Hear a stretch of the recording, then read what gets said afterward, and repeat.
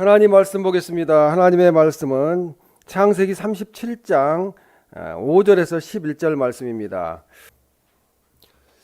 요셉이 꿈을 꾸고 자기 형들에게 말하매 그들이 그를 더욱 미워하였더라.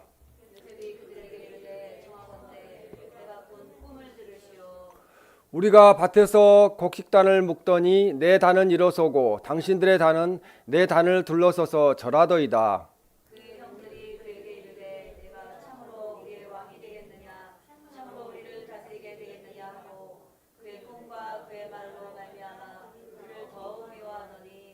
요셉이 다시 꿈을 꾸고 그의 행들에게 말하여 이르되 내가 또 꿈을 꾼즉 해와 달과 열한 별이 내게 절하더이다 하니라.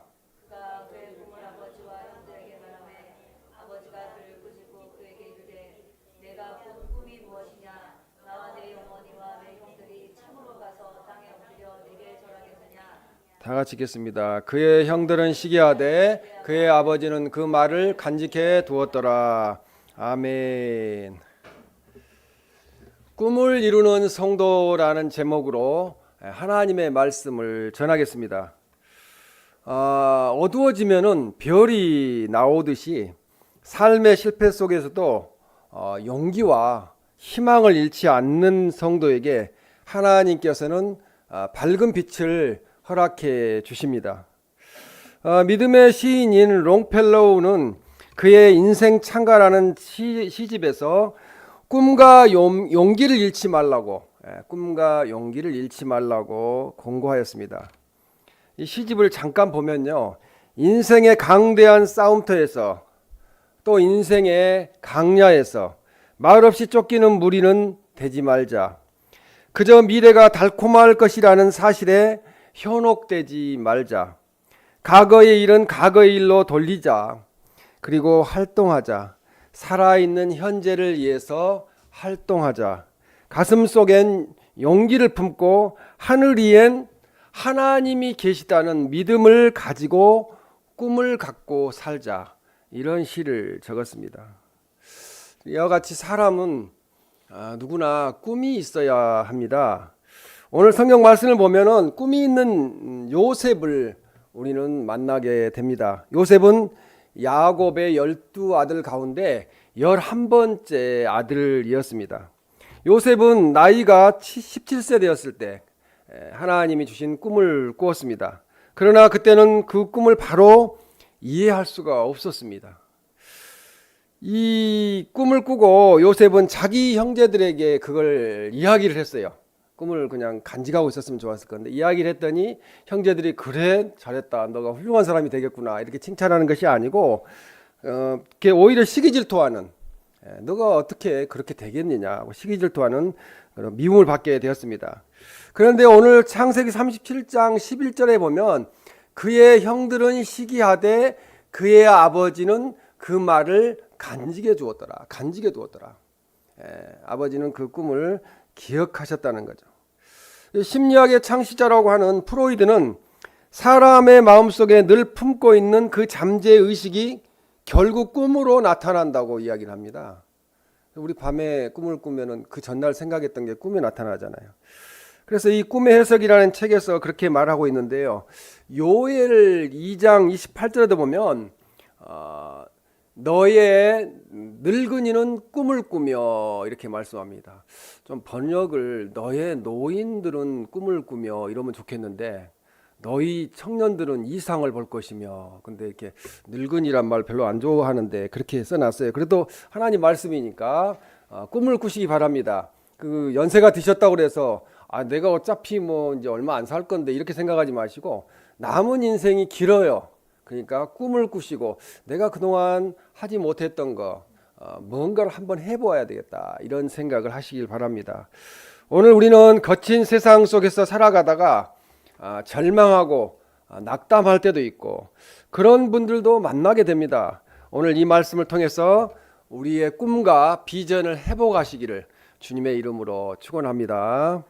첫 번째로 이 꿈을 이루는 성도는 믿음으로 삽니다. 긍정적인 삶을 살아가요. 할 수 있다는 거죠. 그래서 오늘 5절 말씀에 보면 요셉이 꿈을 꾸고 6절 하반절에 내가 꾼 꿈을 들으시오 이렇게 이야기합니다. 37장 7절 말씀에 중간에 당신들의 단은 내 단을 둘러서서 절하더이다.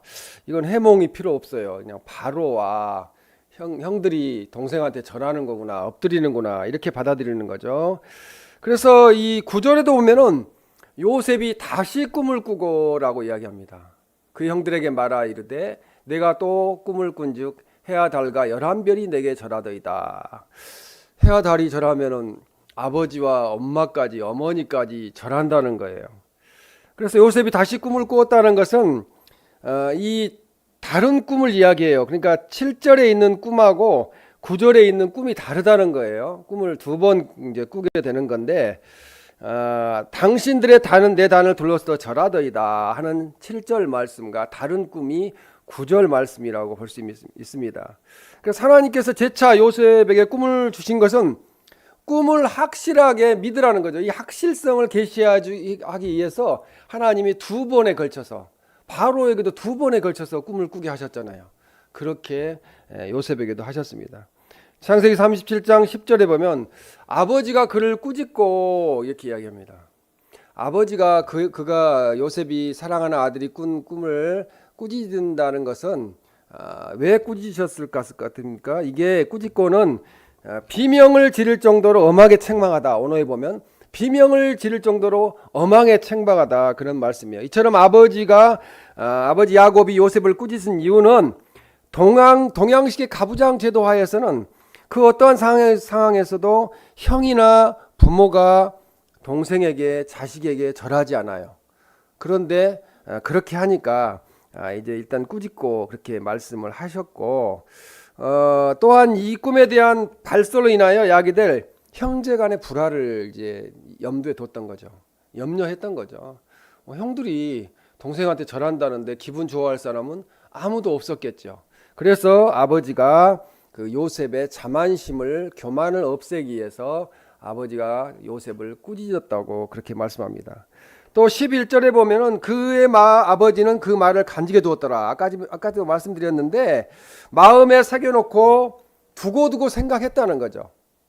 근데 나중에 요셉이 죽었다 그러니까 짐승에게 찢겼다 그러니까 너무 슬프고 고통스러웠던 거죠. 꿈이 있는 아들이었는데 어떻게 그 꿈을 이루지 못하고 죽었을까 고통받는 거죠. 그래서 이 간직해 두고 있었다는 것은 야곱 자신도 꿈에 의해서 계시를 받았기 때문에요. 야곱이 천국에서 사닥다리가 올라와서 베델에서 천사가 오르락 내리락 하는 걸 보았잖아요. 그래서 거기서 베개로 베고 잠을 잤던 돌베개를 갖다 세우고 베델이라고 하나님의 집이라고 그렇게 명하였습니다. 또 왕자들이 입은 채석 옷을 지어 입힐 만큼 요셉을 사랑했어요. 요셉을 사랑했고 자신의 기대와 일치했어요. 아들이 11 아들이 있었어요. 베냐민은 아직 베냐민도 있었죠 그때 당시에. 그런데 그 11번째 아들인 요셉에게 더욱 관심을 가진 거죠. 아들이 많으면은 그 중에 하나 특출한 아들이 있을 수가 있잖아요. 그랬기 때문에 그렇게 이제 이야기를 하셨다는 거죠. 그래서 요셉은 하나님이 주신 꿈, 아버지가 그 말을 간직해 두었던 꿈을 이룬 사람이라는 거죠. 우리도 하나님이 주신 꿈들이 있어요. 저는 하나님이 보여주신 꿈들이 이 주의 종으로 부름 받은 이후에 한 40가지가 넘는데 그게 지금 이루어져 가고 있어요. 근데 그 마지막 꿈들은 원대한 꿈이었는데 그것이 앞으로 이루어질 줄로 믿습니다. 창세기 37장 5절에서 9절까지의 꿈은 다른 형제들에 대한 요셉의 우월성을 계시한 꿈이에요. 하나님이 그 형제들 중에 요셉을 택하셨다는 거죠. 그래서 요셉의 꿈은 창세기 37장 9절에 해와 달과 11별이 내게 절하더이다. 이 꿈이 결국은 이루어지게 됩니다. 요셉의 형들이 애굽의 총리가 된 요셉 앞에 양식을 위해 엎드려 절함으로써 이 꿈이 이루어지게 됩니다. 그러니까 요셉의 형들을 생각하면은 요셉이 애굽의 국무총리가 되었다는 것을 알고 얼마나 놀랐겠어요. 그죠? 자기들이 팔아먹었는데 그 애가 어떻게 살아있고 이 애굽에서 아무도 아는 사람이 없는 애굽에 와서 애굽의 국무총리가 되었다는 것을 알고는 아마 깜짝 놀라서 뒤로 넘어질 정도였을 거예요. 창세기 42장 6절에 보면 요셉의 형들이 와서 그 앞에서 땅에 엎드려 절하며, 엎드려 절하는 거 아시잖아요. 그리고 창세기 43장 26절 땅에 엎드려 절하니, 꿈이 다 이루어진 거죠.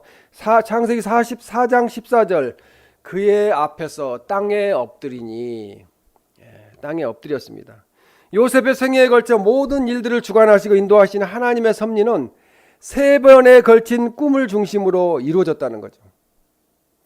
그 첫 번째 꿈은 창세기 37장 오늘 본문 5절에서 9절 말씀에 요셉의 2개의 꿈입니다. 그리고 두 번째 꿈은 창세기 40장 1절에서 23절에 애굽 감옥에 갇혔을 때에 두 간원이 꾼 꿈, 술 맡은 간원장과 떡 맡은 간원장이 꾸었던 꿈을 통해서도 요셉의 꿈은 이루어져 가고 있었어요. 그 꿈을 해석했기 때문에 요셉이 애굽의 국무총리가 되게 되었습니다. 그리고 마지막 세 번째 꿈은 창세기 41장 1절에 32절에 애굽 왕 바로가 꾼 2번의 꿈, 그렇게 확실히 하시겠다고 강조한 2번의 꿈을 통해서 요셉의 꿈이 이루어져 가게 됩니다. 그 꿈을 해석했기 때문에 요셉이 국무총리가 되게 되었습니다. 우리들도 꿈을 이루는 성도가 되기 위해서는 하나님을 믿어야 돼. 일단 믿고 긍정적인 삶을 살아야 돼요.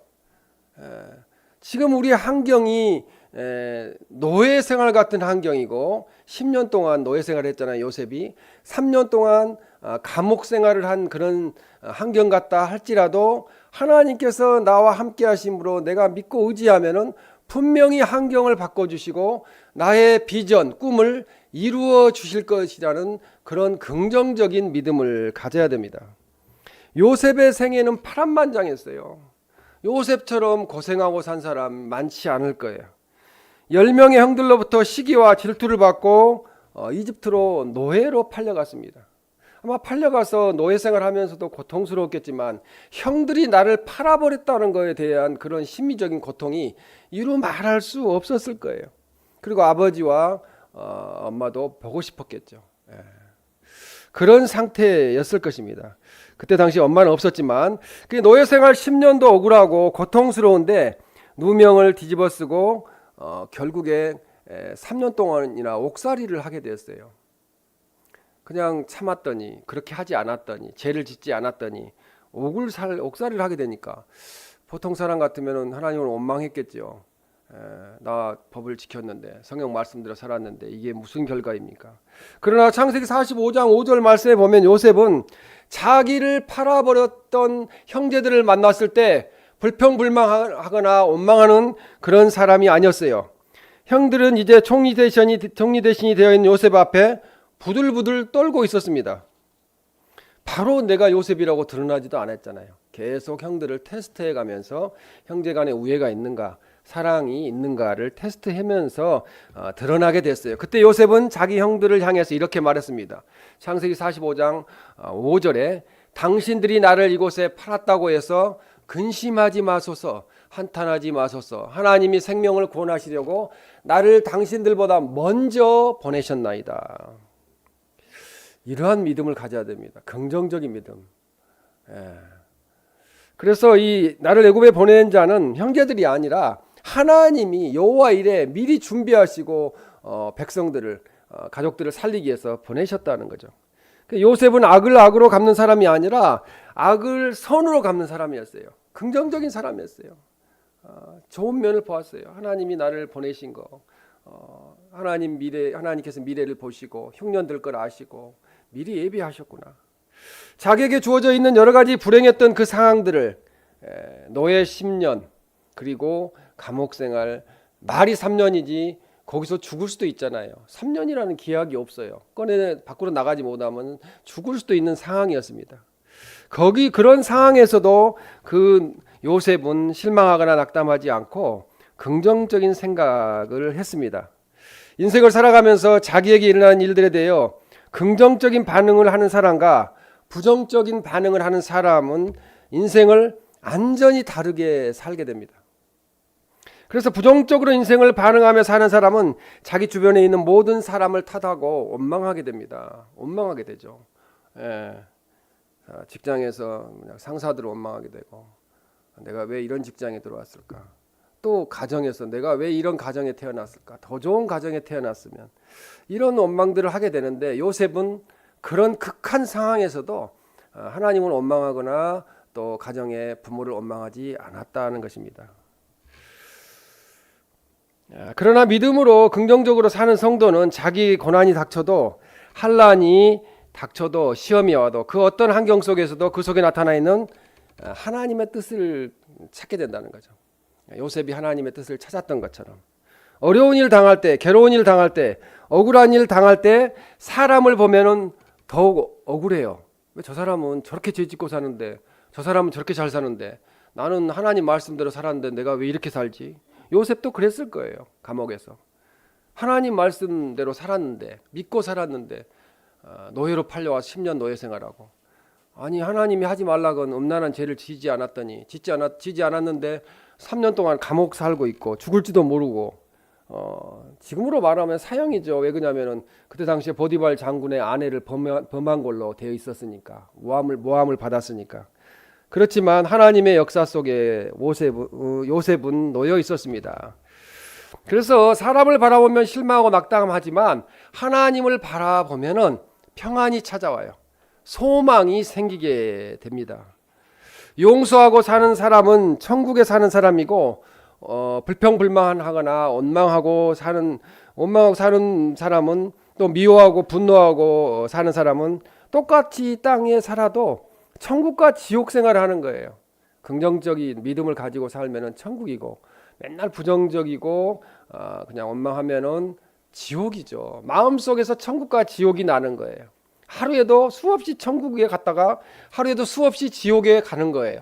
그것이 우리의 믿음의 긍정적인 신앙에 달려 있습니다. 요셉은 얼마든지 분노하고 자기 형들에 대해서 복수심을 불태울 수 있는 입장이었어요. 그냥 단칼에 그냥 보자마자 다 죽일 수도 있었어요. 그러나 긍정적으로 받아들이고 하나님께서 이렇게 하셨다고 신앙을 고백했습니다. 그때 요셉의 꿈은 망가져 버리지 않고 계속 점점 성취되어 가고 있었다는 것이죠. 우리들도 꿈을 이루는 성도가 되기 위해서 믿음으로 긍정적인 삶을 사시기를 주님의 이름으로 축원합니다. 두 번째로, 꿈을 이루는 성도는 진실하게 최선을 다해야 됩니다. 직장에서도 월급 받은 이상은 진실하게 최선을, 누가 보지 않아도 최선을 다해야 합니다. 또 가정에서도 마찬가지예요. 꿈을 이루는 성도가 되기 위해서 진실하게 최선을 다해서 사는 성도가 되어야 된다는 거죠. 그래서 남에게 인정받는 사람들은 진실한 사람이라는 거죠. 거짓은 계속 언젠가는 드러나게 돼 있어요. 그러나 성실한 사람, 자기 삶에 최선을 다하는 사람은 결국은 꿈을 이루는 성도가 되게 됩니다. 요셉은 그가 어디에 있든지 최선을 다하는 삶을 살았고 진실한 삶을 살았습니다. 노예 10년 동안에도 최선을 다해서 그렇게 총무 역할을 감당했어요. 그리고 감옥에 있을 때도 감옥에 간수들이 있을 건데 요셉에게 모든 걸 맡겨놓고 터치하지 않았다는 거예요. 간섭하지 않았다는 정도로 최선을 다했다는 것입니다. 보디발의 아내에게 유혹을 받았을 때도 요셉은 사람을 의식하지 않고 하나님을 의식했어요. 하나님 앞에 내가 어떻게 죄를 지어서 하나님을 욕되게 하겠느냐, 이렇게 생각을 했습니다. 그래서 창세기 39장 9절 말씀에 보면, 이 집에는 나보다 큰 이가 없으며 주인이 아무것도 내게 금하지 아니하였어도 금한 것은 당신뿐이니 당신은 그의 아내임이라. 그런즉 내가 어찌 이 큰 악을 행하여 하나님께 죄를 지으리까. 이렇게 이야기하면서 그 죄를 물리치게 되었습니다. 유혹을 피했습니다. 이 세상에 많은 사람들은 다른 사람들의 눈을 속이고 두 마음을 품고 삽니다. 기회만 오면 죄를 짓고 살아요. 다른 사람이 보는 앞에서도 아부하고, 다른 사람이 보는 앞에서도 하는 것 같으면서, 모든 것을 하는 것 같으면서도 남이 보지 않을 때는 온갖 거짓과 비리를 저지르는 것이 지금 현 사회의 현상입니다. 교활하고 이중적인 인격을 가지고 남을 속이고 살아가다가 결국 그 덫에 걸리게 되는 일들이 지금 뉴스에 보면은 많이 나오고 있어요. 꿈이 있는 성도는 깨끗한 심령, 마음을 가진 성도라는 것입니다. 그래서 꿈이 있는 성도는 진실한 사람이라는 거죠. 진실하게 살아야 된다는 거죠. 꿈이 있는 성도는 자기 삶에 최선을 다하는 성도입니다. 꿈이 있는 성도인 우리들도 진실하게 최선을 다하는 삶을 살아감으로 하나님께서 우리들의 꿈을 성취시켜 주시기를 주님의 이름으로 축원합니다. 이제 세 번째 마지막으로 꿈을 이루는 성도는 인내하며 살아간다는 거죠. 인내가 어려워요. 인내가. 요즘 항원 이혼이 많이 늘어나고 있다고 하잖아요. 인내가 어려워요. 근데 인내하고 살아야 됩니다. 마지막으로 꿈을 이루는 성도가 되기 위해서는 인내해야 된다는 거죠. 요셉은 자기 형제들에게 버림을 받았습니다. 그 버림받고 10년 동안 노예 생활하면서 감옥 생활하면서 얼마나 분이 일어날 수도 있잖아요. 내가 이걸 언젠가는 만나면 갚아줘야 되겠다, 이런 생각을 하는 게 보통 사람들의 생각입니다. 형제들이 팔아버렸어요. 아까도 말씀드렸듯이. 또 상인들에게 팔아서 요셉은 가까운 동네로 팔린 게 아니라 아주 먼 애굽 땅으로, 이국 땅으로 팔려와서 보디발 장군의 노예가 되는 신세가 되었습니다. 그 가운데서도 그는 절망하지 않고 원망하지 않았다는 것입니다. 10년 종살이, 억울하게 누명을 뒤집어 쓰고 그 음침한 지하 감옥에서 갇혀서 죽을 고생을 하면서 살았습니다. 그러나 요셉은 절망하지 않고 낙담하지 않았습니다. 우리들도 인생을 살아가면서 남에게 말할 수 없는 그런 고통을 겪고 살 때가 많아요. 또 고민도 있어요. 또 아픔도 있어요. 어려움 속에서 우리가 낙담하고, 내가 하나님 믿는데 왜 이런 일이 생겼을까? 절망할 때도 있습니다. 그러나 한란 가운데, 역경 가운데 우리가 낙심하거나 낙담하지 않고 이것도 하나님의 뜻이다. 하나님께서 나에게 더 큰 은혜를 주시려고, 더 큰 복을 주시려고 이러한 과정을 통과하게 하신다는 것을, 연단시키신다는 것을, 하나님의 뜻을 헤아릴 수만 있다면 우리는 우리의 고통 속에 나의 꿈을 이루어 가시는 하나님을 발견하게 되고요, 하나님을 만나게 됩니다.